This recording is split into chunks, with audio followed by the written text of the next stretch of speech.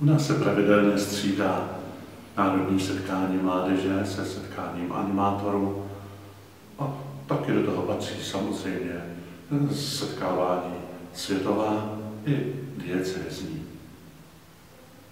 Jsem rád, že z posledního národního setkání zůstala veliká ozvěna. A proto se těším, že animátoři, kteří mají příležitost se setkat v Třešti od 17. do 23.